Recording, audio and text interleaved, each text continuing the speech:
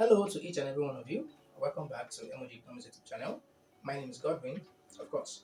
So, in our last class, we were talking about game theory, and I said that we're going to be talking about Maximin strategy in the subsequent class, and then extensive form game, which is where where we are supposed to end this particular series at this particular period of time.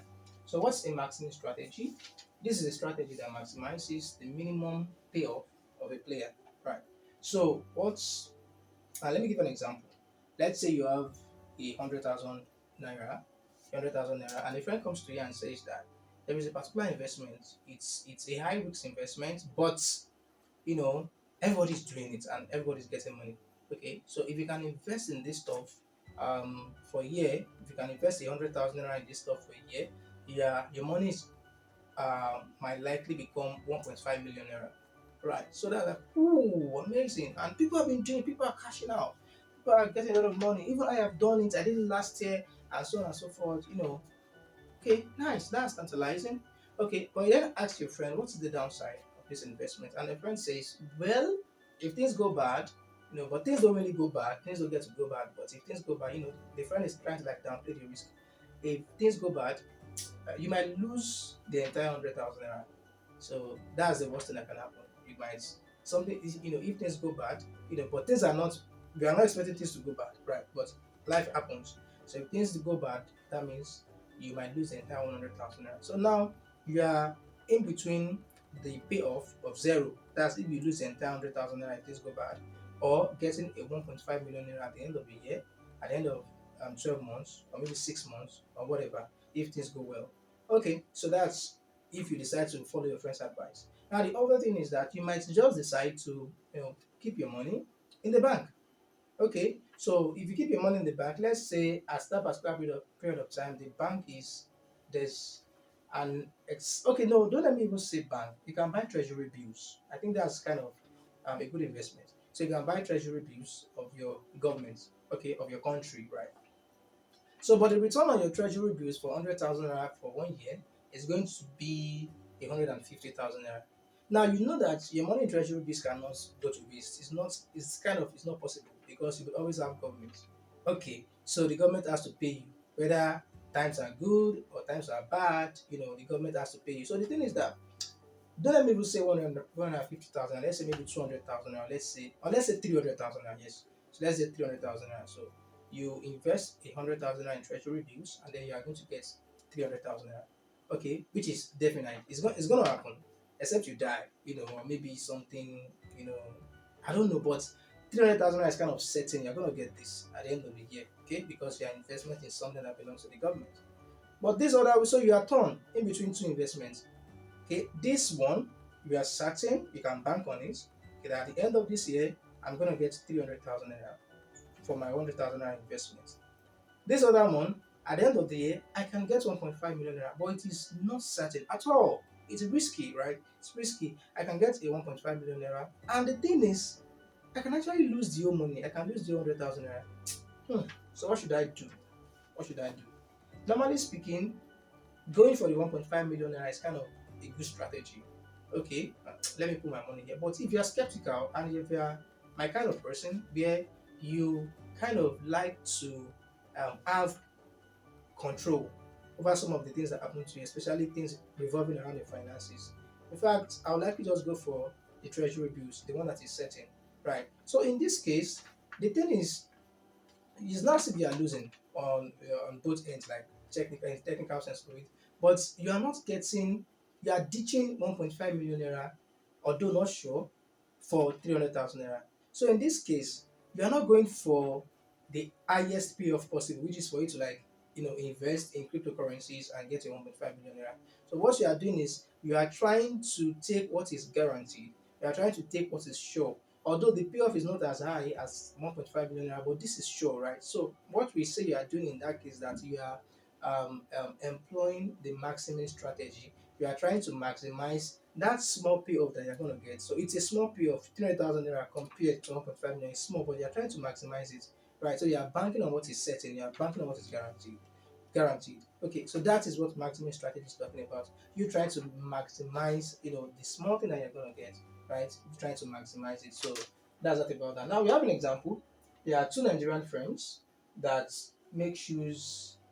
So in this example, two Nigerian firms that make shoes are independently deciding whether to start marketing and selling their shoes in Onisha, Anambra State.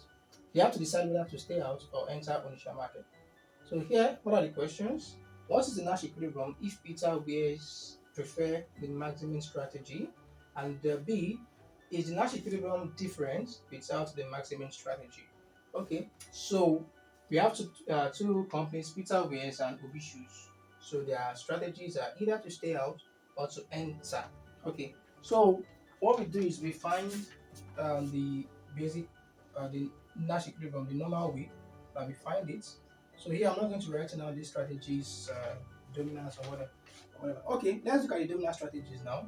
For Obi shoes, 110, these pairs are represented, they are millions of naira, right? So for Obi shoes, if he decides to enter here, 110 million is better than 100 million. So entering is okay for Obi shoes. The same thing here, 10 million naira is better than, you know, um, nothing. So Obi shoes has a dominant strategy to enter into the initial market.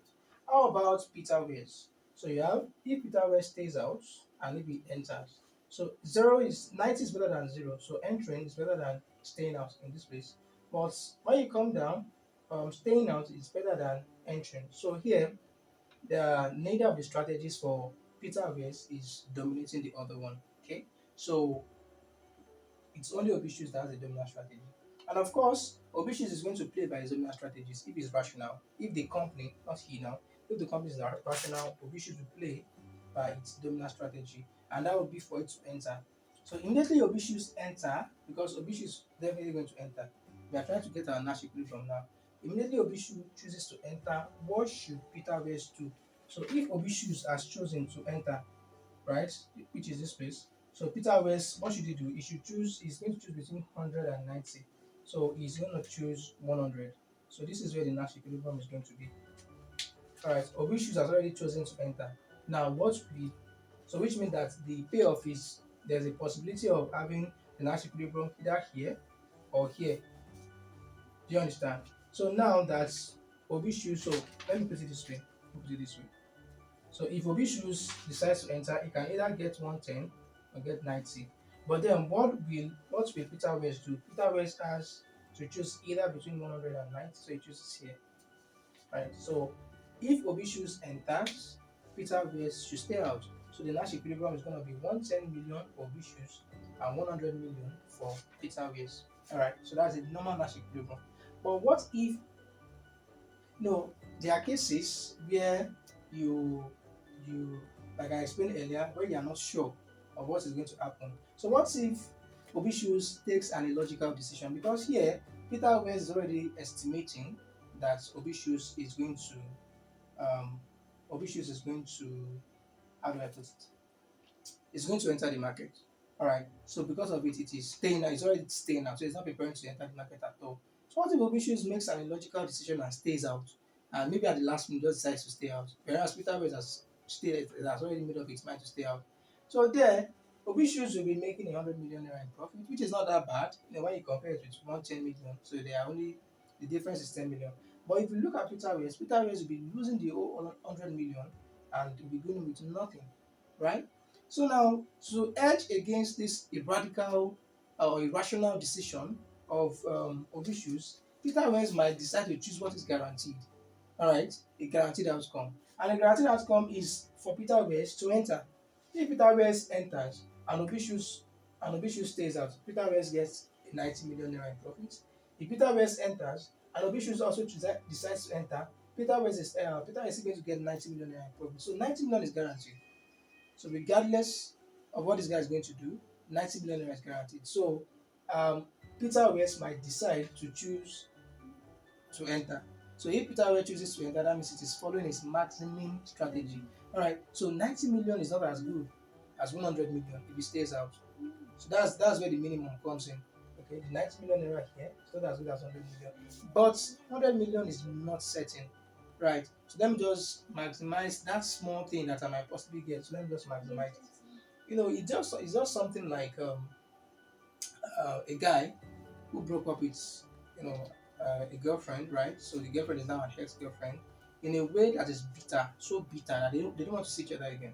But then this guy has been invited to a party, a wonderful party, where maybe he might have the opportunity to meet some of the people he had always wanted to meet in life. But because he has been told um, that his ex-girlfriend now is going to be at the event as well, he decides not to go because they can't just stand each other. Right? He can't stand her, and he has reliable information that she is already going to come, right? So but after maybe a day, a friend of his now called him that, "Oh, we didn't see you at the party yesterday." And he said, "I didn't come because so person, my ex-girlfriend was there." And ex-girlfriend, she wasn't there. Something came about, she couldn't come. So you see that you've lost out, you know, and things like that happen. So that is the kind of thing that is happening here. So this guy just Peter West is just trying to like secure that, payoff that is guaranteed. So and that is for it to enter, regardless of what this guy does. I'm not gonna make as much money as if I would stay out. But it's also risky for me to stay out if this guy decides not to follow his dominant strategy. And people make up companies, and people are not rational at all times for one reason or the other, whether consciously or unconsciously. All right, so the initial Nash equilibrium is going to be 110 and 100. But if Peter West is following his Maximin strategy, so the equilibrium, because equilibrium then would be for Obitius to enter, right, and for Peter West to also enter. So Peter West is not going to choose this.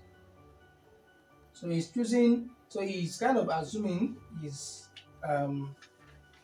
the strategy of entering is the dominant strategy. It's kind of assuming. So it's not as if um, it's the dominant strategy. I want you to understand that.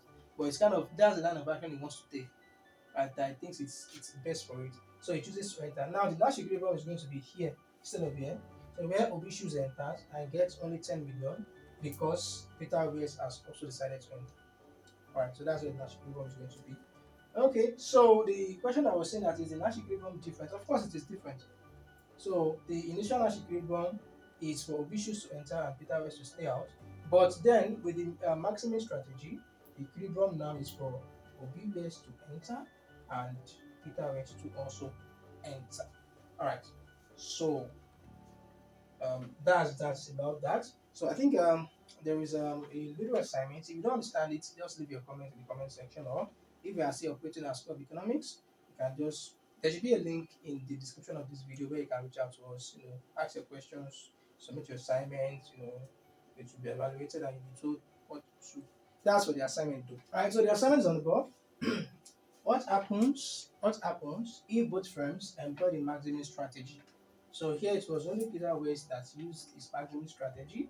So what happens if Obishus should also pursue its maximum strategy? Does it even have a maximum strategy? That's the first question. And if it does, what happens if it pursues it? If the company pursues its maximum strategy? Now B says what should be the Nash equilibrium?